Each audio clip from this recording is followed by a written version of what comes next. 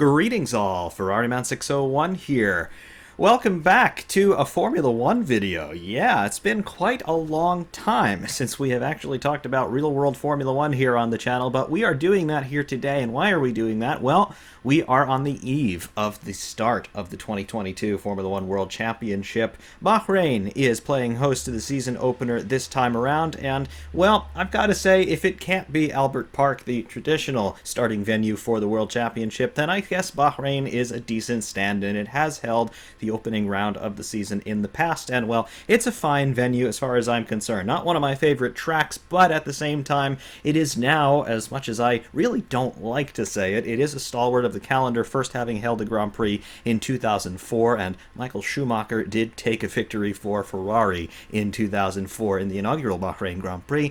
Therefore, well, I guess we have to say, okay, you can be in the Cool Kids Club Bahrain International Circuit. Anyway, though, we have got the beginning of a brave new world here in the Formula One World Championship. People have been saying that this is the beginning of a new era, and I have to take some gumption with that because, no, it's not a new era in that the turbo hybrid era is still very much with us. There was some rambling going on in the off-season about, oh, it's a new era, the turbo hybrid era is over. No, we've got the same engines, the drivetrains on these cars really haven't changed at all. We've still even got the MGU-H, which was something they were playing with the idea of throwing away for this year. No. So it's not a new era. What we do have, though, we have a completely new type of race car in Formula One this year. We've got ground effect aerodynamics coming back into the equation for the first time since the early 80s, when the teams were told to lift their skirts and then later on to make the bottoms of the car completely flattened later on after 94 with the step plane and all of that. Enough with the technical nonsense. We've got some radically different race cars this year, and so far we're seeing some radically different running orders here up and down the field, particularly after qualifying, the first hot session of the year when things start to count qualifying, and it has yielded a very interesting result. Shameless promotion here as a Ferrari fan. It's been a really long time since I've been in this position to say, you know what? This could be our year. And I know that I just put the commentator's curse on Charles Leclerc and Carlos Sainz and the entire Ferrari team by so saying. However, pole position, Charles Leclerc, Q3, a lap time of 1:30.558. Where did that come from? Now, it did not come out of a vacuum. Ferrari have been one of the teams all throughout testing who have appeared to have gotten their package more or less sorted out in the correct manner from the word go. Everybody has had some problems, and it must be said, some unexpected problems with the porpoising phenomenon that we've been observing up and down the grid, particularly at the Barcelona test. However, most of the teams appear to have gotten more or less a handle on that now. A couple teams still appear to be struggling with this. Mercedes, but we'll get back to Mercedes in a little bit. Charles Leclerc on pole, 1:30.558. Get in there, boy. It's the first pole on merit for Ferrari since the 2019 Singapore Grand Prix, where Charles Leclerc also was on pole for that race. I'm not going to count Monaco 2021 in that because, Chuck, he stuffed it in the wall. He happened to be fastest at that time, but Max was coming behind with a faster lap. So he was gifted pole position by his own error, which ultimately cost him the Grand Prix start that day in Monaco. So first pole on merit in 2.5 years for Ferrari. Welcome back to the front of the grid properly. Max Verstappen in second at a 1:30.681. Red Bull were appearing to be the favorites here through free practice, but once qualifying came on, Charles Leclerc and Ferrari found just that little bit more, and that was the difference there by a little bit more than a half a tenth to get pole position. Absolutely fantastic result. I think we were expecting Ferrari to be a lot stronger than they were in seasons past, looking at U2020 in particular, but that's cool. Pole position for Ferrari, we got to remember here, it's been since 2008 that Ferrari have been on top of the world. Some of you watching could well not have any recollection of the last time Ferrari won a world championship.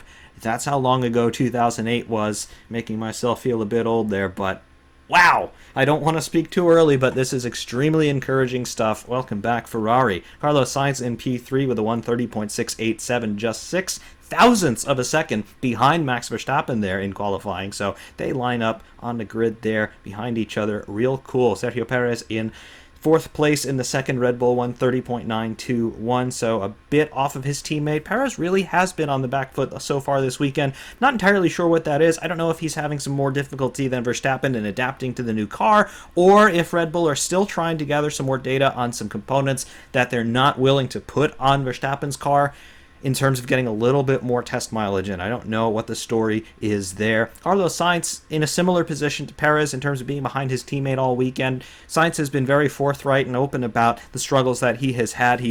After qualifying, he basically said, I'm having to think way too much when I'm in the car, and it's affecting my ultimate pace. Leclerc obviously not having quite so many difficulties there, but Sainz is going to be there right up with his teammate before too long. We're only talking about a tenth and a half between those two guys, so yeah, they're going to be right there with each other. Really difficult to pick out a running order, really, between the Ferrari teammates right now.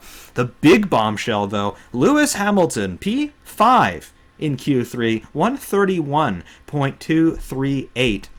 That is quite a ways off the pace set by Charles Leclerc. Mercedes, we know that they have had problems in testing, and we're always wondering this about Mercedes. I remember distinctly last year, 2021, Mercedes appeared to be having some difficulties in testing then, and then they happened to win the first round of the season. So Mercedes are very infamous for sandbagging. They're not sandbagging, folks. Lewis Hamilton is an honest P5. That is not where you expect the 7-time Drivers' Champion and the 8-time Constructors' Champions to be. Off of their dominance, which has been largely uncontested since 2014. Wow, Mercedes, what has happened here? Have the mighty fallen? I don't know. Valtteri Bottas, who is not in a Mercedes, he's in an Alfa Romeo, replacing Kimi Räikkönen, 131.560. He is in P6, so Hamilton and Bottas will line up next to each other on the grid. How about that? Great show of form from Alfa Romeo. They appear to have been the only team actually to meet the minimum weight with their car, and then the FIA pulled some trickery at the 11th hour. Don't talk about Abu Dhabi, and they have basically made Alfa Romeo ballast that car up a bit. Not fair, but they've made them do it. Alfa Romeo, though, they are in a good position. P7, here's the biggest surprise of the weekend, in my opinion, Kevin Magnussen. Where'd he come from? Kevin Magnussen in P7 for Haas. Yeah, Haas took him back. We all know what's going on in the world right now. We all know what happened to Nikita Mazepin, and he's out, as are O'Reilly something, whatever their name is. But the title sponsor of Haas is gone.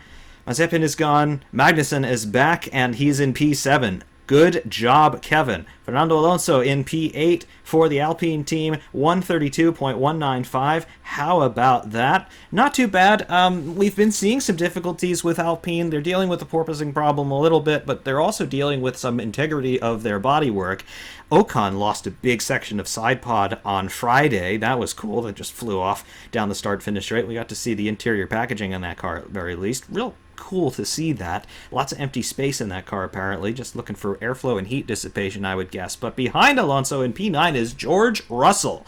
George Russell in the Mercedes, making his official debut for the team. He substituted for Lewis Hamilton at the Sakir Grand Prix on the outer circuit in 2020, but 132.216. Compare that to his teammate Hamilton, 131.238. Both drivers having a lot of trouble with the overall stability of that car, but Russell is just a bit behind his teammate there.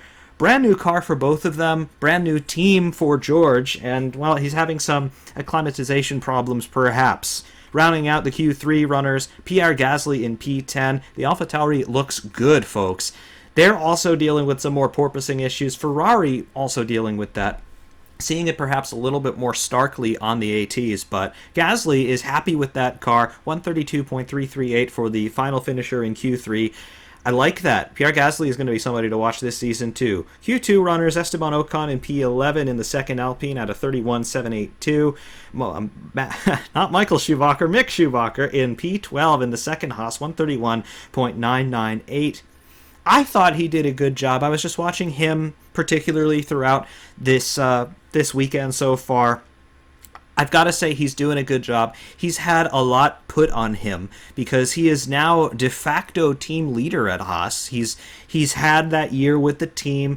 Magnussen, of course, an old veteran with the team, but he hasn't been up to speed yet in this car. For him to put it 7th on the grid was something truly remarkable, in my opinion, considering he only first drove the car on Friday.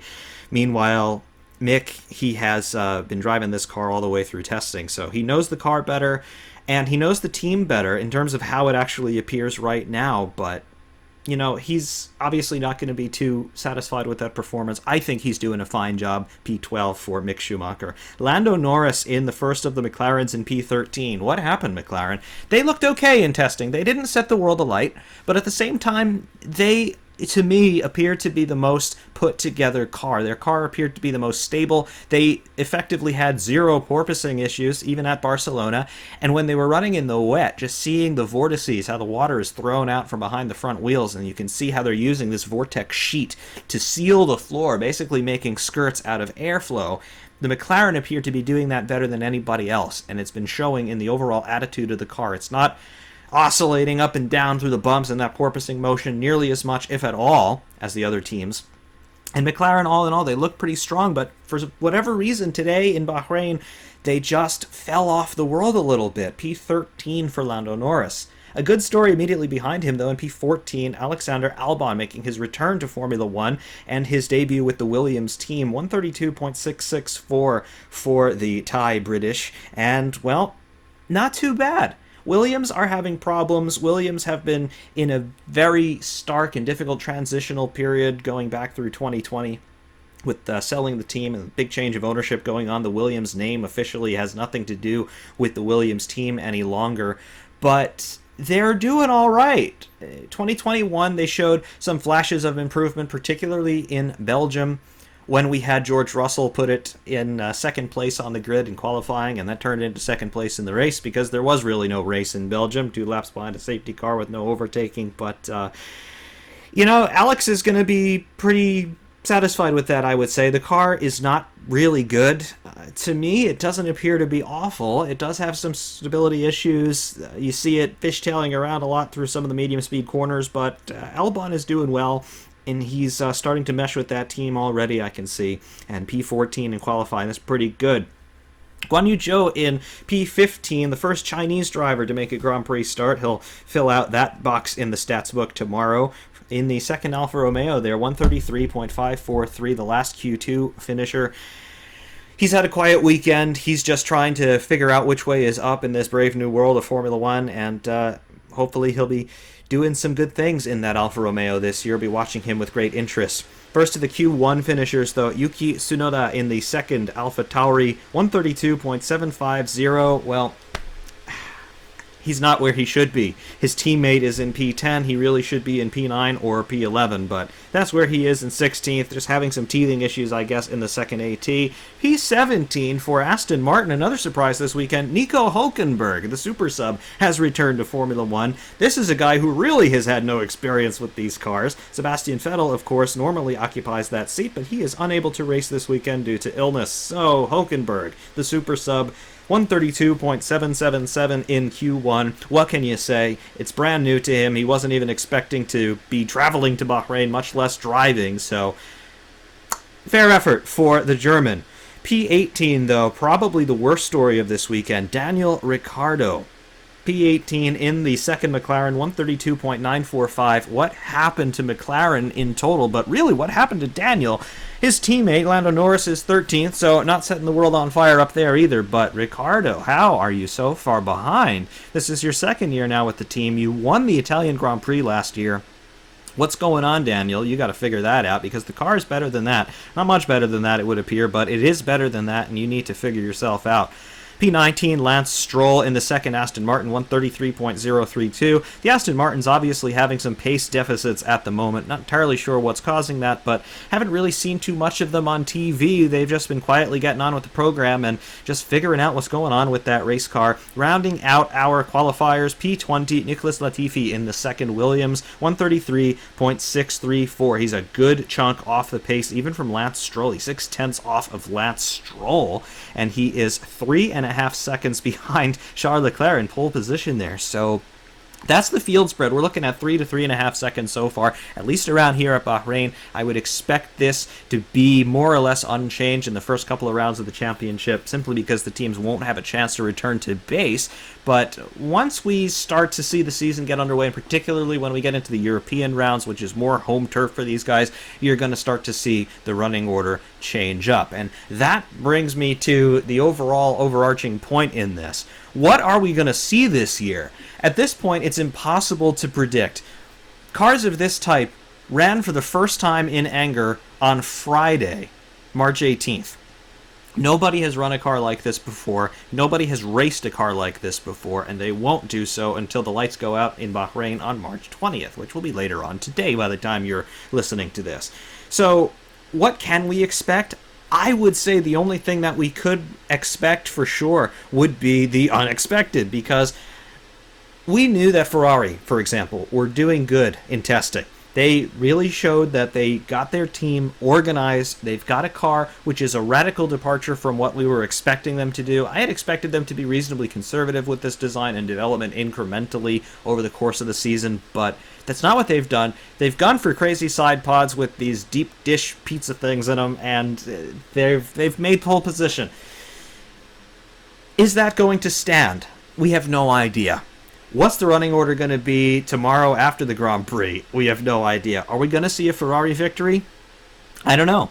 Pole position means a lot in Formula 1, but Max Verstappen also means a lot in Formula 1, and we know that boy can overtake. So are we going to see Red Bull take this win? No idea. Will Carlos Sainz be able to make his way through the field and pass Verstappen and maybe challenge his teammate for the win? I have no idea. Perez, what are you going to do? And of course, Lewis Hamilton, the 7-time world champion, what is he going to do from P5? P5 is not a cataclysmic position to be in for the start of a Grand Prix. He's really got to worry about getting hit from behind, and Valtteri Bottas, remember Hungary 2021, he's known for hitting people from behind, but I have to believe that Hamilton, if the car has any semblance of pace, is going to make his way up a couple positions, if not maybe get up to where Verstappen is. But again, the Mercedes is truly in some trouble, and if they have any sort of race pace, we're not going to know until tomorrow.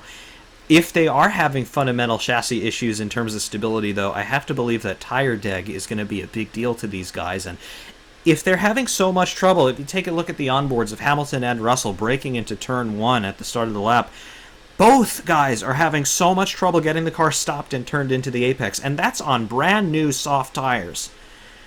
What is this car going to be like on tires that are 20, 30 laps old? I don't know. And so far, only Mercedes would have any real idea of that question, so we're going to find out tomorrow. Look for Hamilton either to make some advancements through the field or to tumble down the order, because the Mercedes, it's on a knife edge at the best of times, it would appear. Once you throw in tire deg, once you throw in balance change with fuel burn, and who knows what track conditions might do, if temperatures drop overnight, if a lot of dust gets blown onto the circuit, there's no way of knowing what that Mercedes is going to do. If anybody is going to have any chance of taming it, it is Lewis Hamilton. With a bag of tricks as big as his, he is going to be in the best position to extract any sort of performance out of that car. Russell, who knows where he'll be. We know that he has the pace to lead and potentially win a Grand Prix, but it doesn't appear that this is his weekend to do that. Watch him too, though, but Mercedes in general, will they develop that car out of the problems that they have? You better believe they will. If there's any team right now that's in a position to develop their way out of a hole, it is Mercedes. They remind me so much of the old McLaren team when they were run by Ron Dennis. 2009, go back to that season, flick through that history book and see the trouble that McLaren were in at the beginning of 2009, and then by mid-year they were winning races. So it's possible to develop your way out of a huge pace deficit, and it's not that Mercedes have that big of a pace deficit right now. They're 5th on the grid, so it's not the end of the world by any means, but they're not at the front, they're not where they want to be, and they're not where we're all accustomed to seeing them. Is this the end of Mercedes dominance? It's far too early to tell. We haven't had one lap of racing so far, but it's a big deal. It's a big deal to see that drop. Anyone else down the field, though, it's so difficult to say where anyone else is. Which teams are going to come to the fore and which teams are going to lag behind. AlphaTauri, I think they could be an interesting dark horse contender here. Pierre Gasly in P10. Valtteri Bottas for Alfa Romeo, his first race for them in P6. That is no mean feat. Alfa Romeo, we're used to seeing them at the back of the grid. They're in Q3 in the first race of the season. That is an accomplishment, really. Bottas, could he make his way up the field? Is he going to challenge his former teammate immediately in front of him? He well could. It's hard to say. McLaren, will they find any pace and move ahead? Who knows? Mick Schumacher in the Haas in P12. The Haas has speed. Magnussen is in 7th. And speaking of Magnussen, what's he going to do? Is that car going to fall off as the stint unfolds, or is it going to find its feet and go? We don't know. All I can say is that the midfield is far too close to call at this point. And remember, the entire field is only spread by 3.5 seconds. So at this point, the only definitive things we can say is that Ferrari are fast, Red Bull are fast, Williams are slow, Aston Martin appear to be slow, McLaren, I can't really make any sort of headway in terms of where they are definitively. AlphaTauri could be in contention, Alfa Romeo could be in contention, and Haas could be anywhere. Haas could be on for a podium tomorrow for all I know. It's that volatile at the moment, and until we see some racing, before we see any real running, it's basically impossible to render any predictions here. But all I can say is that I have not been this interested in the start of a Formula 1 season for quite some time, probably not since the start of the V8 era in 2006, to see who got that right and who still had some work to do. So it's fundamentally different in terms of the way these cars are working. The teams are learning so much more all the time with each kilometer that they cover on track. And by the end of this year, I would venture to say that we will see a running order that looks very little like the running order that we see now. But for the moment, Ferrari are back. They are on top. They are on pole position. And we're going to have a very interesting Grand Prix tomorrow. Until next time, though, I hope that you found all this interesting. Ferrari Man 601 saying thank you very much, and I hope you enjoy the Grand Prix. We will see you soon.